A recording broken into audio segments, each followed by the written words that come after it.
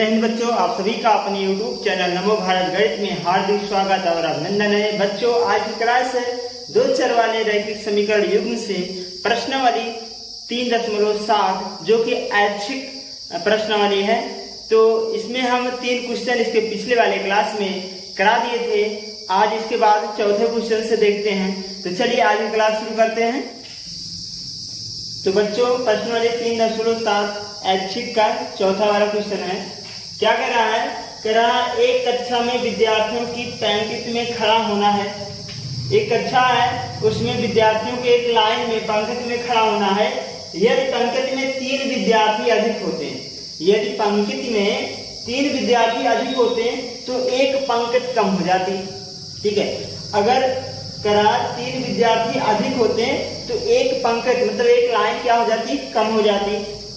यदि पंक्ति में 3 विद्यार्थी कम हो जाते हैं, अगर 3 विद्यार्थी कम हो जाते हैं तो 2 पंक्ति अधिक बनती। तो 2 पंक्ति क्या हो जाती? अधिक बनती। कह रहा है कि कक्षा में विद्यार्थियों की संख्या ज्ञात कीजिए कि कक्षा में कितने विद्यार्थी हैं। तो यहाँ पर ये निर्धारित नहीं है कि हमको कितने पंक्ति बनानी है। ठीक है, पूछा क्या है? पूछ रहा है कि विद्यार्थियों की संख्या बताइए। तो जो पूछा जाता है वही तो माना जाता है, लेकिन यहाँ पर कंसेप्ट थोड़ा उल्टा है। अगर हम पूछे गए को मान लें तो हमको सिर्फ एक ही चर मिलेगा। जैसे पूछा है विद्यार्थियों की संख्या बताइए, अगर हम विद्यार्थियों की संख्या x मान लें तो हमको y नहीं मिल पाएगा। ठीक है, एक ही चर तो मिलेगा।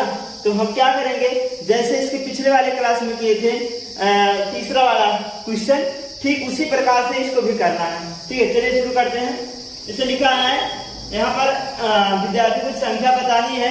तो सबसे पहले हम क्या करते हैं, एक पंक्ति में कितने विद्यार्थी आते हैं उनको हम मान लेते हैं। तो माना एक पंक्ति में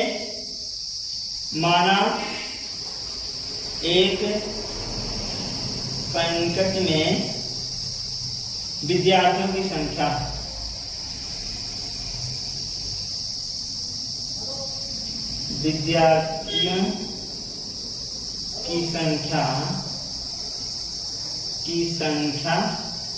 x। हमने क्या माना कि एक पंक्ति में विद्यार्थियों की संख्या क्या है? x। हमने मान लिया कि एक लाइन लगा है और उसमें विद्यार्थियों की संख्या कितना है? 1 है। और क्या मान लेते हैं? एक तो x चर हमको मिल गया, एक और मानेंगे। तो मान लेते हैं कुल जो है पंक्ति कितना है, कुल लाइन कितना, उसको मान लेते हैं कि कितने लाइन है टोटल, उनको मान लेते हैं कि हमको कितने लाइन लगाने हैं। जैसे 1 लाइन, 2 लाइन, 3 लाइन, 4 लाइन, ये कितने लाइन हमको कितने पंक्ति लगाना है। और ये इसमें कितने विद्यार्थी हैं, कितने विद्यार्थी हैं, ये विद्यार्थी कितने हैं। हमने मान लिया एक पंक्ति में x विद्यार्थी हैं और मान लेते हैं y लाइन लगा है। ठीक है, तो यहाँ लिखते हैं तथा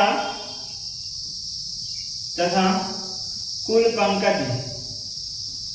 पंक्ति मान लेते हैं कुल पंक्ति की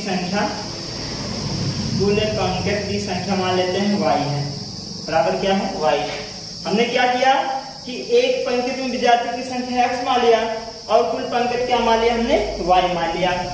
तब कुल विद्यार्थियों की संख्या, कुल विद्यार्थियों की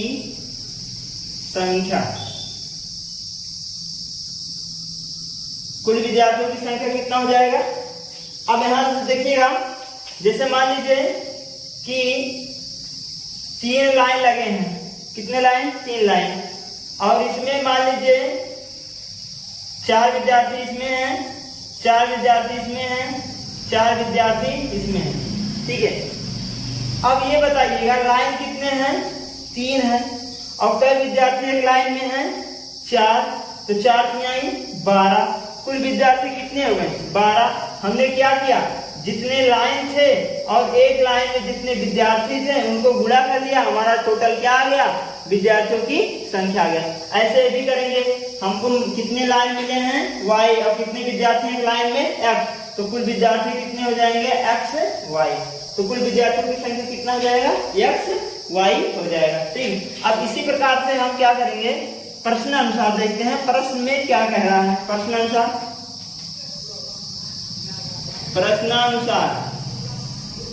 के अनुसार प्रश्न के अनुसार में पहला कंसेप्ट, पहला कथन क्या बोल रहा है कि पंक्ति में 3 विद्यार्थी अधिक होते तो एक पंक्ति कम होती। ठीक है, कह रहा है 3 विद्यार्थी अधिक होते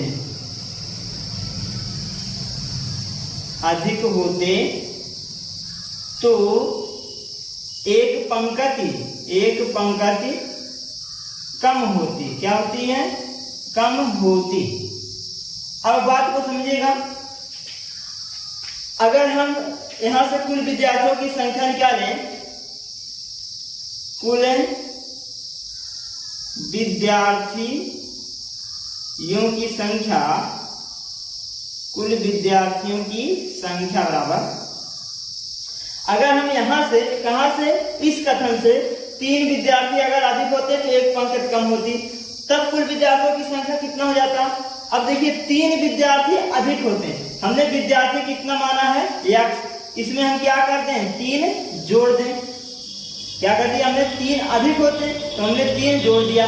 फिर एक पंक्ति कम होती तो एक लाइन कम हो जाती, एक पंक्ति क्या होती? कम होती।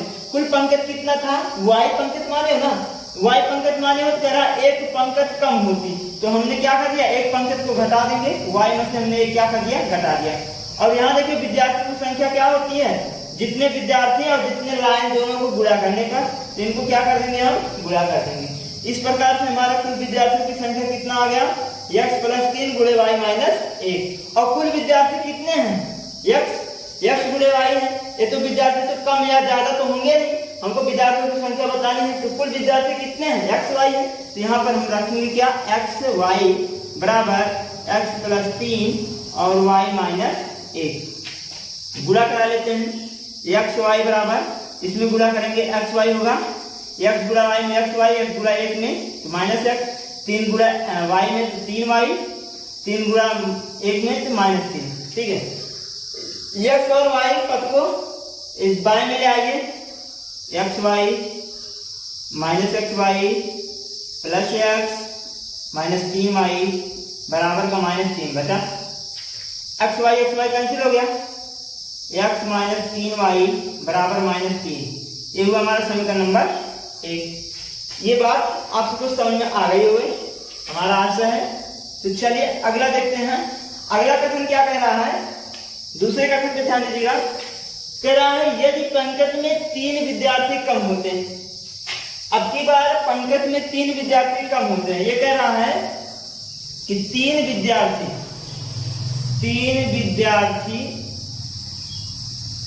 कम होते, 3 विद्यार्थी कम होते तो 2 पंक्ति अधिक होती। तब क्या होता है? 2 पंक्ति क्या हो जाती? अधिक हो जाती। तब इस कंडीशन में विद्यार्थियों की संख्या कितना हो जाएगा? कुल विद्यार्थियों की संख्या, कुल विद्यार्थियों की संख्या बराबर कितना हो जाएगा? कुल विद्यार्थियों में क्या माना है?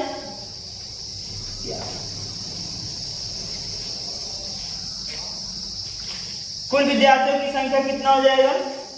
कह रहा 3 विद्यार्थी कम होते तो पहले कितने विद्यार्थी थे टोटल? हमने क्या माना? एक पंक्ति में कितना विद्यार्थी है? x माने। कह रहा 3 विद्यार्थी कम होते तो x - 3 कर दीजिए गुणा। फिर कह रहा है 2 पंक्ति अधिक होते हैं तो 2 पंक्ति क्या हो जाता? अधिक बनता। तो कुल पंक्ति हमने क्या माना था? y, तो y में 2 जोड़ दीजिए तो हो जाएगा y + 2।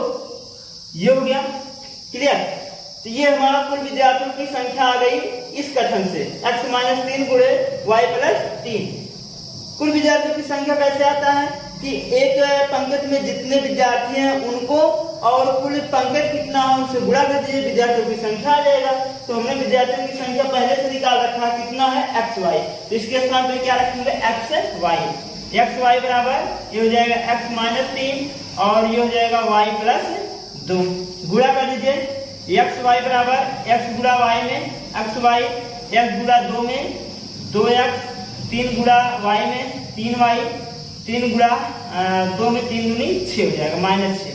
और ये हो जाएगा सबको एक्स वाई पद को बाएं तरफ ले आइए, x y minus x y और माइनस का 2x हो जाएगा और प्लस का 3y, पक्षांतर कर रहे हैं, बराबर माइनस 6 बचा, ये दोनों कैंसिल हो गया। इसका मतलब आया 2x माइनस में प्लस 3y बराबर में माइनस 6, ये हुआ हमारा समीकरण नंबर 2। अब समीकरण 1 और 2 से हम विलोपन विधि लगाकर क्या कर लें, x और y दोनों चर का मान निकाल लें। यहाँ x गुणांक कितना है 3, यहाँ x गुणांक सॉरी यहाँ y गुणांक 3 है, यहाँ y गुणांक भी 3 है। इसका मतलब समीकरण 1 और 2 को जोड़ दिया जाए, तो लिखेंगे समीकरण 1 और 2 को जोड़ने पर, क्या करने पर, जोड़ने पर, जोड़ दीजिए। पहले इसको लिख देते हैं,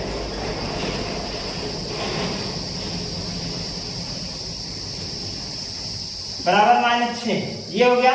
जोड़ देते हैं, ये दोनों कैंसिल हो गया, 2x में से 1x घटा देंगे तो माइनस x आएगा। 6 और 3 कितना होता है, 6 3 9, minus 9, minus minus cancel, x बराबर कितना आ गया 9। ये हमारी x की वैल्यू आ गई। अब हम निकालेंगे y की वैल्यू समीकरण 1 में या फिर समीकरण 2 में रख के हम क्या करेंगे, y की वैल्यू निकालेंगे। तो निकालिए, x बराबर 9 समीकरण 1 में रखने पर, 1 में रखिए, 1 हमारा कहाँ है, 1 यहाँ है, x माइनस 3y बराबर माइनस 3, ठीक है। तो x बराबर यहाँ 9 रखेंगे, 3y हो जाएगा बराबर माइनस 3, 9 को उधर भेज देते हैं तो माइनस 3y बराबर हो जाएगा माइनस 3 माइनस में 9, तो माइनस 3y बराबर कितना हो जाएगा, 9 3 12 माइनस में और 4 3 12 हो जाएगा, काट देंगे, y बराबर कितना आ जाएगा 4। ये हमारी y की वैल्यू आ गई, ये x की वैल्यू हो गई और एक इसकी वैल्यू हो गई, y की वैल्यू हो गई। अब ये हमारा x है, ये क्या है, y है। तो हमने x, लेकिन हमको बताना क्या है, कक्षा में कुल विद्यार्थियों की संख्या बताना, और कुल विद्यार्थियों की संख्या क्या है, xy है। तो कुल विद्यार्थियों की संख्या, कुल विद्यार्थियों की संख्या, कुल विद्यार्थियों की संख्या बराबर xy है। तो x कितना है 9 है और y कितना है 4, 9 4 36। तो ये आपका क्या हो जाएगा, आंसर हो जाएगा। तो बच्चों इसको हम इस प्रकार से हल करेंगे, ठीक है ना। तो अब चलिए अगला क्वेश्चन देखते हैं, 5वां वाला क्वेश्चन नंबर 5 बच्चों कह रहा है, एक त्रिभुज एबीसी में कोण C बराबर 3 कोण B बराबर 2 ब्रैकेट में कोण A प्लस कोण B है। त्रिभुज के तीनों कोण ज्ञात कीजिए। तो हमको यहाँ पर त्रिभुज के तीनों कोण ज्ञात करना है। चलिए देखते हैं कैसे हल करेंगे। सबसे पहले आपको पता होगा, हम जानते हैं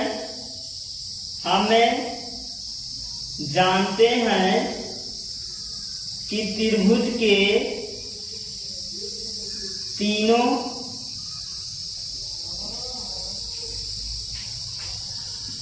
कोणों का योग 180 अंश होता है। ये पता होगा कि त्रिभुज के तीनों कोणों के योग 180 अंश होता है। मतलब चाहे जो त्रिभुज हो, यहाँ लिख दीजिए कोण A प्लस कोण B प्लस कोण C बराबर कितना 180 अंश। ये तो आपको सबको पता ही होगा, ठीक है। समीकरण नंबर 1 डाल दिया हमने। अब यहां से देखते हैं दिया क्या गया है। दिया क्या गया है कि कोण C बराबर 3 कोण B बराबर 2 कोण A प्लस कोण B, ये दिया गया है क्वेश्चन में। अब यहां से देखिए 3 भाग है, 1 भाग 2 भाग और यहां हो गया 3 भाग। तो हम एक बार पहले और दूसरे से हल कर लेते हैं, फिर इसके बाद दूसरे और तीसरे से हल कर लेते हैं। तो पहले और दूसरे से हल करेंगे तो हमारा आ जाएगा कोण C बराबर 3 कोण B, ये हुआ हमारा समीकरण नंबर 2। अब दूसरे और तीसरे से हल करेंगे तो हो जाएगा 3 कोण B बराबर 2 ब्रैकेट में कोण A प्लस कोण B, ये हो जाएगा। तो से हम क्या कर देंगे, सब में गुणा करा देते हैं। तो जाएगा 3 कोण B बराबर 2 का गुणा ए में तो 2 कोण ए प्लस 2 गुणा बी में 2 कोण बी, ये हो जाएगा। अब हम क्या करेंगे, बी को पक्षांतर कर लीजिए तो 3 कोण बी माइनस 2 कोण बी बराबर 2 कोण ए। क्लियर? 3 बी में से 2 बी घटा दीजिए तो आएगा कोण बी। कोण बी बराबर आ जाएगा 2 कोण ए। 2 से भाग करेंगे तो कोण बी बटे 2 बराबर हो जाएगा कोण ए। ये हुआ हमारा समीकरण नंबर 3। अब हम क्या करते हैं, यहां से कोण ए और यहां से कोण सी का मान समीकरण 1 में रख देते हैं। ठीक है, तो रखिए, यहां पर लिखेंगे क्या, यहां से देखते हैं समीकरण 1 में समीकरण 2 और 3 से ए और सी का मान रखने पर हमने क्या कर दिया कि 1 में 2 और 3 से ए और सी का मान ले जाकर रख देंगे। तो ये हमारा ए का है, ए का मान कितना है, कोण बी बटे 2 है, प्लस बी का तो मान है नहीं, इसको लिख देंगे। सी का मान क्या निकाले हो, 3 कोण बी निकाले हो बराबर 180। ठीक, कितना समझ में आई? इसको सॉल्व कर लीजिएगा, इसका बटा 1 कर लो, इसका भी बटा 1 कर लेते हैं। ठीक है, 2 1 और 1 का जब एलसीएम निकालेंगे आएगा कितना, 2 का भाग 2 में करेंगे 1 बार जाएगा, 1 के गुणा बी में बी आ जाएगा। 1 के भाग 2 में करेंगे 2 बार जाएगा, 2 1 के 2 तो 2 कोण बी प्लस 1 भाग 2 बार जाएगा, 2 का गुणा 2 3 में 2 दिए 6 कोण बी बराबर 180। इसका बटा 1 कर लीजिए, इसका गुणा यहाँ, इसका गुणा यहाँ, फिर यह गुणा कर लीजिए तो 6 2 8 9 कोण बी बटे में 2 बराबर 180 बटे 1। इसका गुणा यहाँ करेंगे, इसका गुणा यहाँ, तो कोण बी बराबर हो जाएगा 18 दूनी 36 360 बटे कितना 9। तो हो जाएगा कोण बी बराबर 9 चौक 36, कितना आ गया 40 अंश। कोण बी का मान कितना आ गया 40 अंश आ गया। तो इस प्रकार से हम क्या करेंगे, कोण बी का मान निकालेंगे। अब हम किसका कोण निकालेंगे, ए का मान निकालेंगे और सी का मान बचा है तो 1 में रख दीजिए, फिर 2 में रख दीजिए, तो बी का मान 1 में रखेंगे। ठीक है, कोण बी बराबर 40 अंश समीकरण 1 में रखने पर, 1 में रखिए, 1 हमारा यहाँ सॉरी 1 में नहीं 2 में रखेंगे। 2 में रखने पर तो कोण सी बराबर 3 कोण बी, तो कोण सी बराबर हो जाएगा 3 गुणे बी का मान कितना है 4, 4 तिहाई 12 120 अंश। कितना आ गया कोण बी बराबर 4 तिहाई 12 120 अंश आ गया। अब हम क्या निकालेंगे, कोण ए का मान। अब लिखेंगे कोण बी बराबर 40 अंश समीकरण 3 में रखने पर, 3 में रखने पर हम क्या कर देंगे, 3 में रख देंगे। 3 हमारा यहाँ है कि कोण बी बटे 2 बराबर कोण ए, यहाँ रखेंगे तो 40 बटे 2 बराबर हो जाएगा कोण ए, तो 40 दूनी 80 हो, 2 चौक 2 से भाग करेंगे तो हो जाएगा 20। कोण ए का मान कितना आ गया 20 अंश। हमारा कोण ए का मान कितना आया 20, कोण सी का मान कितना आया 120 और कोण बी का मान कितना आया है 40। अगर इन तीनों को जोड़ लिया जाए तो 180 अंश के बराबर आएगा। अगर आता है तो आंसर क्या है, सही है, तो जोड़ लेते हैं। तो 120 40 160 और 20 कितना हो जाएगा 180। इसका मतलब ये हमारा आंसर क्या है, सही है। तो बच्चों इसको हम इस प्रकार से हल करेंगे। तो चलिए अगला क्वेश्चन देखते हैं, क्वेश्चन नंबर 6।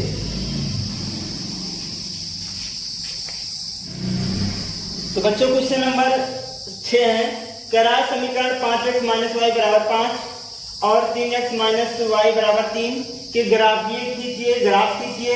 इन रेखाओं और वाई अक्ष से बने रेखाओं से और वाई अक्ष से बने त्रिभुज के शीर्ष के निर्देशांक ज्ञात कीजिए। इस प्रकार बने त्रिभुज के क्षेत्रफल भी परिकलित कीजिए, ज्ञात कीजिए। तो चलिए हल कर लेते हैं।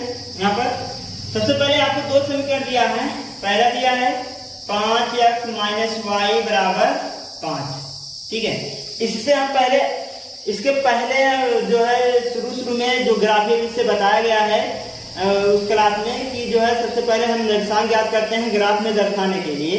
तो वहां पर पहले एक बार x बराबर 0 रखते थे, फिर y बराबर 0 रखते थे, तो हमको दो निर्देशांक मिल जाते थे ग्राफ से। तो वहां भी यही काम करेंगे।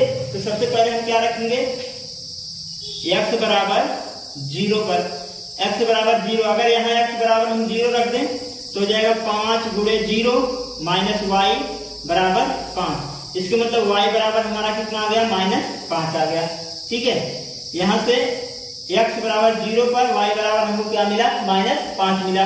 तो हमारा जो x और y का निर्देशांक आ गया है वो कितना आया है, 0, -5 आया है, ठीक है। तो ये हमारा एक निर्देशांक हो गया। अब हम क्या करेंगे, अब की बार y बराबर 0 रख देंगे, इसी में लिख लेते हैं y बराबर 0 पर, y बराबर 0 पर y अगर 0 रखेंगे तो हो जाएगा 5x माइनस 0 बराबर 5, इसी में रखना है, ठीक है। तो ये हो जाएगा 5x बराबर 5, 5 से 5 भाग करेंगे तो x बराबर हमारा कितना आ जाएगा, 1। तो ये हमारे x की वैल्यू आ गई, ठीक है। ये हमारे क्या आ गई, x की वैल्यू। तो x y बराबर 0 पर x बराबर कितना मिला, 1। तो x और y का जो निर्देशांक आया है वो कितना आया, 1 कामा कितना, 0, 1 कामा 0। तो ये हमारा क्या आ गया, दूसरा निर्देशांक आ गया, क्लियर। अब आते हैं दूसरे समीकरण पे। ये हमारा पहला समीकरण है। दूसरा समीकरण क्या है, 3x माइनस वाई बराबर 3, ये है। अब पहले हम x बराबर 0 पर रखेंगे, x बराबर 0 पर, x बराबर 0 रख दे तो 3 गुणे 0 माइनस वाई बराबर 3। तो y बराबर हमारा कितना आ गया, -3 आ गया। तो x और y का जो निर्देशांक आया है वो क्या आया है, यहाँ से देख लेते हैं कितना आया, उसे लिख लेते हैं, x पे 0 y पे -3, ये हमारा निर्देशांक आ गया, ठीक। इस समीकरण से अब हम रखेंगे y बराबर 0 पर, इसी में तो हो जाएगा 3x माइनस 0 बराबर y। इसके मतलब y x बराबर कितना आ जाएगा, सॉरी 3, x बराबर 3x बराबर आ गया 3, तो x बराबर कितना आ गया, 1। इसका मतलब x और y का जो निर्देशांक आया है वो कितना आया है, यहाँ से लिख लेते हैं, निर्देशांक कितना आएगा, 0, 1। तो इसका मतलब 1 कामा 0, पहले x लिखा जाता फिर y लिखा जाता। ये हमारा हो गया दूसरा निर्देशांक, क्लियर। निर्देशांक हमको मिल गया। अब हम क्या बनाएंगे, ग्राफ। क्या बनाएंगे, ग्राफ बनाकर उसमें क्या कर देंगे, रख देंगे। चलिए देखते हैं कैसे बनाएंगे। यहां से एक ग्राफ में यहाँ खींच देते हैं ऐसे। ये हो गया हमारा एक ग्राफ,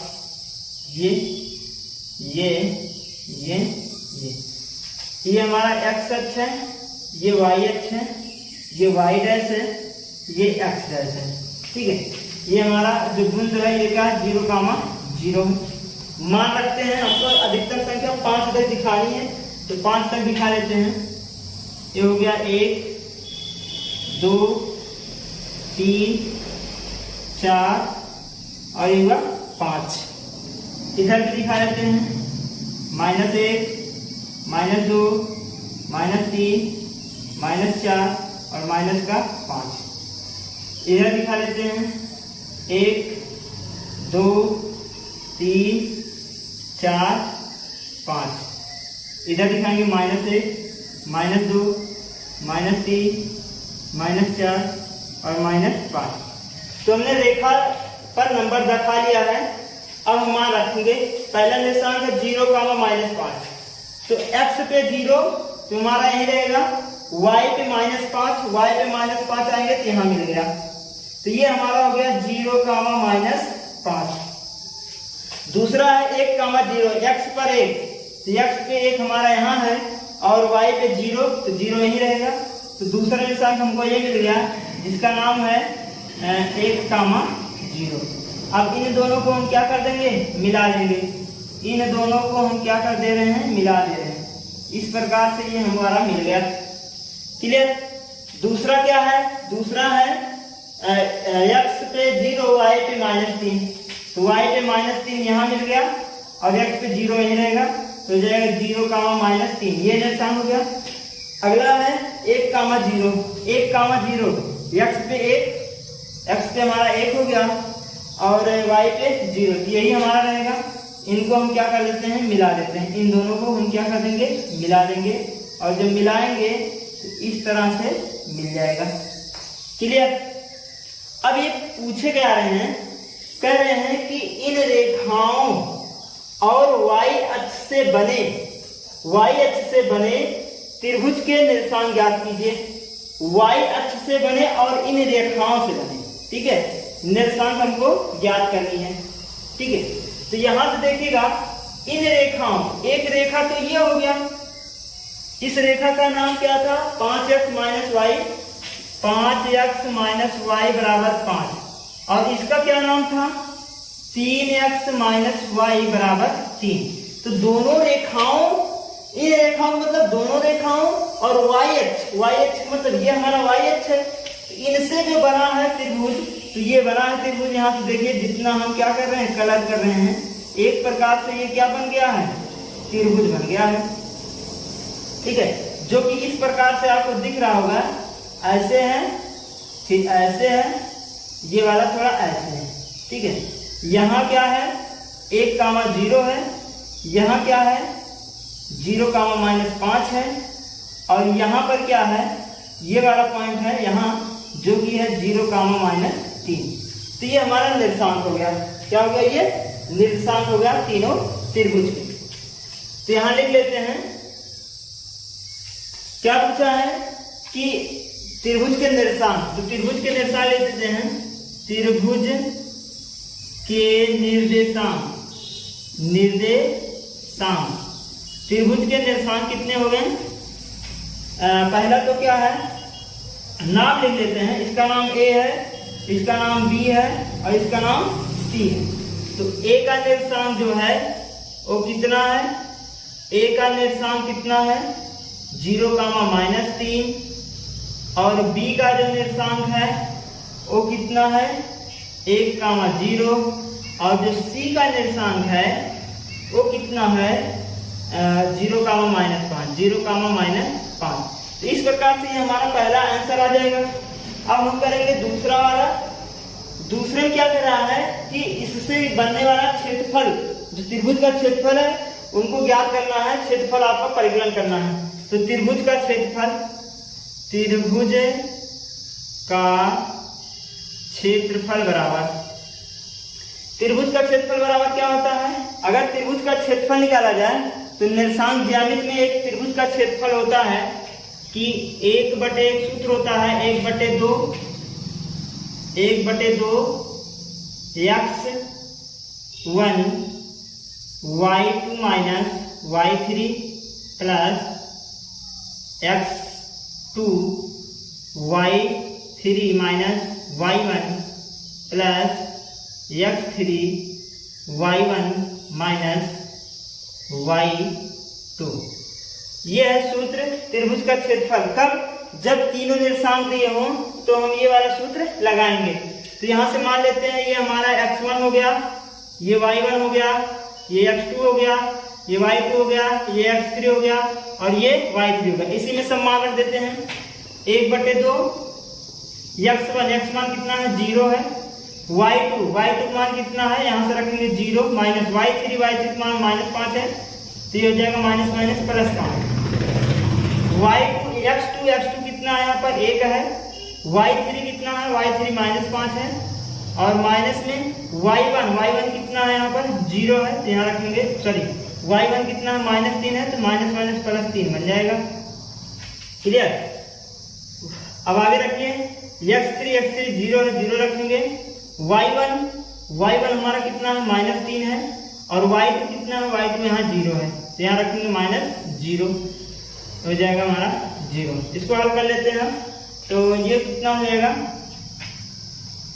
1/2, ये पूरा 0 हो गया, ये पूरा कितना हो गया, 0 हो गया, और ये हो गया 0 प्लस 5 में से 3 घटाएंगे 2 प्लस ये पूरा 0 बन गया। 0 से गुणा कराएंगे कितना आएगा, 0 आ जाएगा, 1/2 और ये जो हो जाएगा 2, ठीक है, 2 के 2, इसका मतलब कितना आया 1 आ गया। हल करने पे कितना आया 1 आया।